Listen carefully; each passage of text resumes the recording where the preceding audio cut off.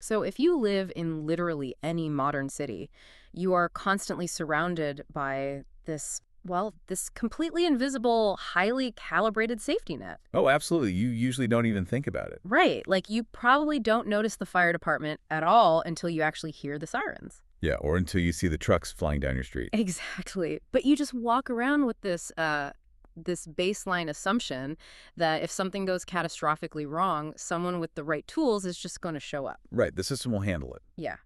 But what happens when the people holding those tools look at the reality right in front of them and realize that the math just no longer works? Well, that's when the whole system faces a massive stress test.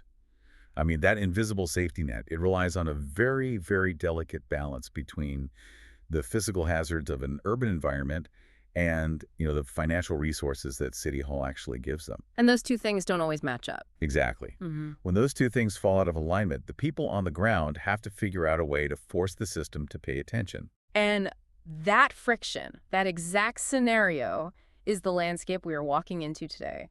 Welcome to this deep dive. Glad to be here.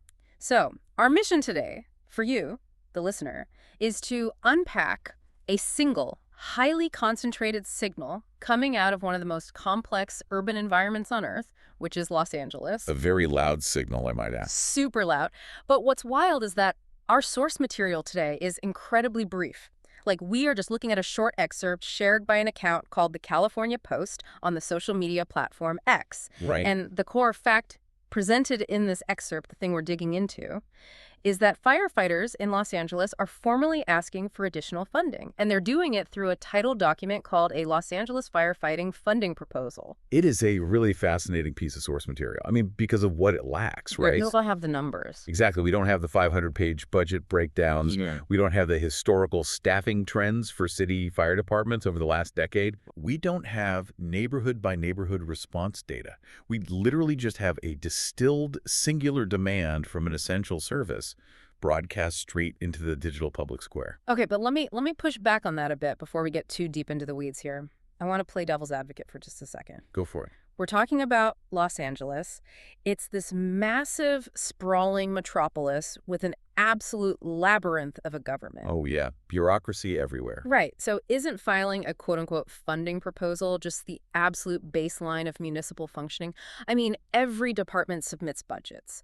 Why are we treating standard bureaucratic paperwork like it's some major civic event? Well, I look at it slightly differently. Yes, obviously paperwork is the lifeblood of bureaucracy. Right. But there's a massive difference between routine annual budget maintenance and the sudden emergence of a specific titled initiative. Like the Los Angeles Firefighting Funding Proposal. Exactly. Routine budgets are they're just keeping the lights on. It's standard. But a targeted proposal, that is an escalation. It requires an entirely different level of, activation energy from the department. Wait, activation energy in what sense?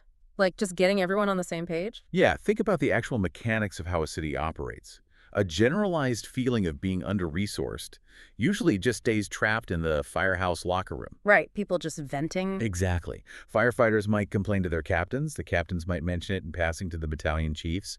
But to transform that generalized daily frustration into a formal document, that requires a tremendous amount of internal organization. They have to actually sit down and build a case. Right. They have to pause, aggregate their operational data, build a consensus among the ranks, and then translate their daily physical reality on the streets into the language that City Hall actually speaks. Which is the language of dockets and ledgers. Exactly. Bureaucracy simply cannot process an emotion. You cannot fund a feeling of being overwhelmed. You can only fund a documented, structured request. So the mere existence of this proposal means the firefighters have done the heavy lifting to force this issue onto the municipal chessboard. Okay, I see the distinction now. So they're actively shifting the dynamic from just venting about their jobs to basically forcing the city council to go on the public record. Right, they're demanding an answer. It's kind of like the difference between complaining to your roommate about a leaky roof and actually hiring a contractor to hand your landlord an itemized invoice for the repairs. That is a perfect analogy. Because once the invoice exists, the landlord can't just pretend they didn't hear you. They have to actively deny it or, pay for it. And, crucially, it creates a paper trail. In local government, a paper trail is everything. Once a formal proposal is submitted, it enters the civic machinery. It becomes real. Right. It has to be debated in committee. It has to be reviewed by financial analysts. Yeah. It becomes subject to public records requests. The firefighters are utilizing the city's own administrative rules to essentially trap the politicians into acknowledging the problem. That makes perfect sense. And honestly, that leads directly into the actual language used in the excerpt we have from X. Because according to the California Post, the firefighters aren't just asking to maintain their current operational status. Right. The source explicitly states they are asking for additional funding. And that single word completely changes the gravity of the whole request. But, okay, again, let's be super cynical for a moment. Doesn't literally every single city department want more money? Pretty much, yeah. The Parks Department wants more money. The libraries want more money. The Transit Authority wants more money. Stating that you want, quote-unquote, additional funding almost feels like, I don't know, just the opening move in a standard negotiation. You ask for $1 million, hoping they give you $500,000. I get why it looks that way. But I would argue there's a much deeper structural friction at play here. It's not just about wanting more. It is about the reality of how municipal budgets actually function. Okay, break that down for me. So, local governments operate in a zero-sum environment. Unlike the federal government, a city cannot just print money.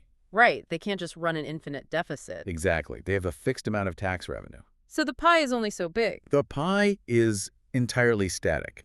Therefore, asking for additional funding is fundamentally different from asking for, say, standard budget maintenance that's just tied to inflation. Wait, can we translate that a bit? Like for a general city audience who doesn't speak technical budget jargon? Sure. So when a department asks for an inflation bump, they're just asking to keep their current slice of the pie the exact same size relative to the economy. Because everything costs more. Right.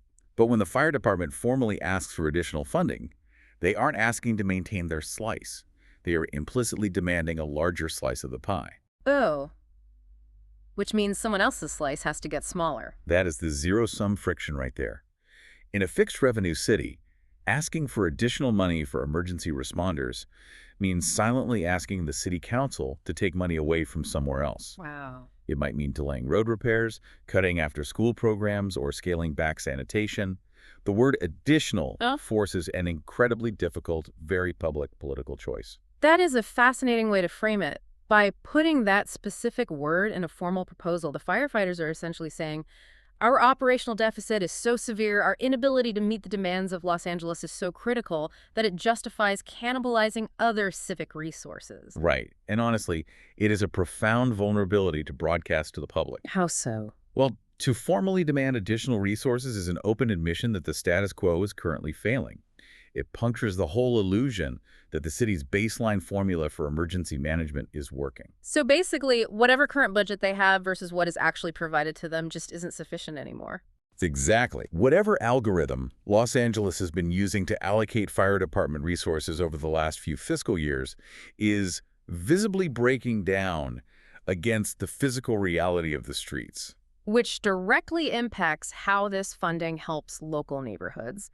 Because if you are walking around your neighborhood, assuming that invisible safety net is perfectly calibrated. Talk about at the start. Right. A proposal like this is a massive wake-up call. It's literally the system raising its own alarm. Absolutely. But here is the sticking point for me, and this is where I think the source material gets incredibly modern and, frankly, kind of messy. Okay, let's hear it. We are not finding out about this zero-sum friction by watching like a public access channel broadcast a city council subcommittee meeting. Oh, definitely not. Very few people have the time or the stamina for that. Almost nobody does. I mean, I certainly don't. We are learning about this core, vital civic infrastructure issue through a brief excerpt on social media. Right, on X. Yeah.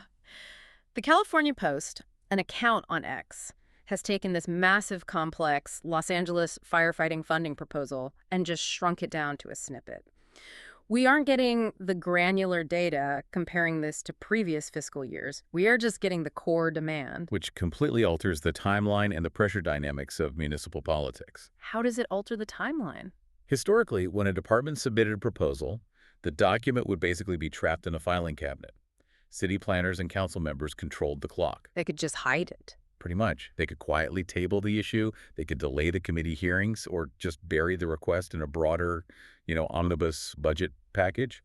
It was a closed loop, managed entirely by insiders. A very slow, methodical, and very quiet closed loop. Right. But look at the mechanism of what the California Post is doing on X here. By extracting the most explosive sentence, the fact that firefighters are demanding more money and just dropping it into a social media feed, the public timeline instantly overwrites the bureaucratic timeline. Oh, I love that phrasing. It's like, okay, it's like a smoke detector. The smoke detector. Yeah, think about it. A smoke detector doesn't hand you an itemized report of what room the fire started in, or what temperature it's burning at, or what chemicals are combusting. Right, it doesn't give you the nuance. Exactly. It just emits an incredibly loud, unignorable, high-pitched frequency that forces absolutely everyone in the house to stop what they are doing and look at the ceiling. That is a perfect analogy for digital amplification. The excerpt on X doesn't explain the intricacies of Los Angeles tax allocation, but it serves as the civic smoke detector. It rings the alarm. Yes. And the mechanism at work here is public pressure. When a funding request goes viral, or even if it just gains traction in a local digital ecosystem, the politicians lose the luxury of time. They can't wait for the committee meeting. Exactly. They have to respond to the public relations crisis, the sudden, very public perception that firefighters are underfunded before they've even had a chance to formally review the budget numbers themselves. Wow. So it completely weaponizes public awareness. It does. It brings highly localized, often incredibly tedious municipal issues out of the shadows and injects them directly into the attention economy. You have a formal, dry government document competing for attention in the exact same feed where people are, reading global news, checking sports scores, and looking at pop culture. But does that actually make us, as citizens, more informed?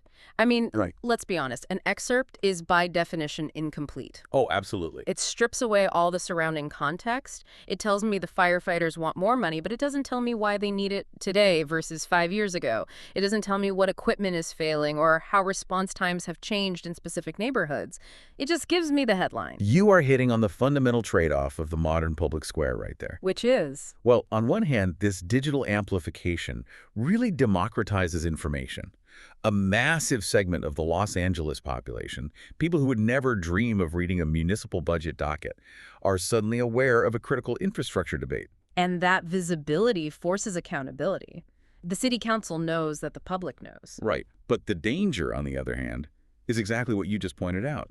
We're reacting to the alarm without knowing how to put out the fire. That's a great way to put it. It's the total loss of nuance.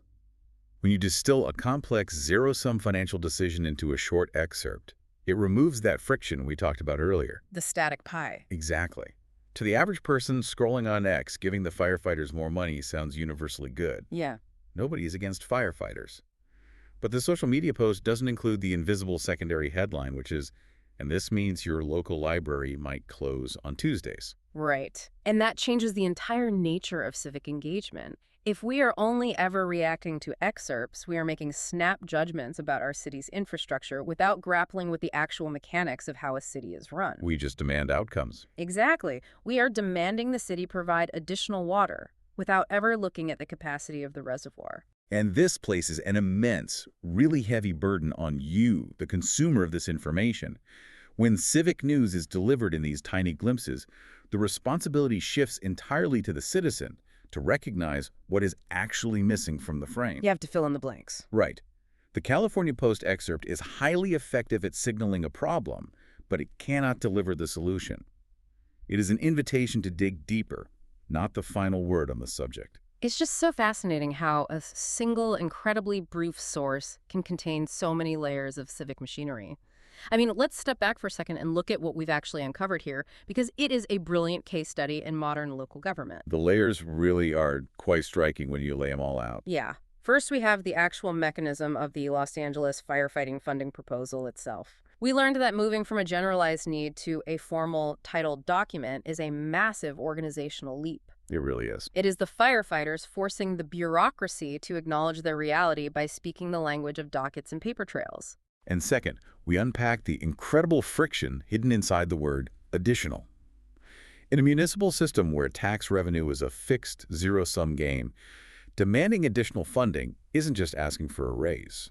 Right, it's asking for a bigger slice of the pie. Exactly. It is a politically vulnerable admission of operational failure, and it forces a brutal choice about which other city services might have to be scaled back to make room. And finally, we explored how the medium changes the message by completely bypassing the slow, closed loop of City Hall filing cabinets and broadcasting this demand through an excerpt on X via the California Post. The civic timeline is hijacked. The alarm is pulled. Right. The excerpt acts as a civic smoke detector, trading deep, granular context for massive, immediate public pressure. The implications here extend so far beyond just Los Angeles, too. Whenever you hear a snippet of news about public funding, you have to remember that it's never just a simple math problem. It's always deeper. Always. It is a reflection of a city's ongoing, often painful attempt to calibrate its limited resources against the very real physical hazards of an urban environment. A funding proposal is just a symptom. The underlying condition is the changing reality of the city itself. Which leaves us with a critical question for you to carry forward. As you navigate your own city, your own neighborhood, think about how the invisible infrastructure around you is actually funded and debated. It's worth paying attention to. It really is. Because if the core needs of our most vital emergency responders are increasingly being communicated not through detailed town halls or exhaustive journalistic reports, but through fragmented, high-impact social media excerpts, well, how does that change the way we vote? A very good question. Do we have the patience to understand the zero-sum mechanics of our own local governments? Or are we destined to just endlessly react to the loudest alarm in our feeds? Something to mull over. We'll see you next time.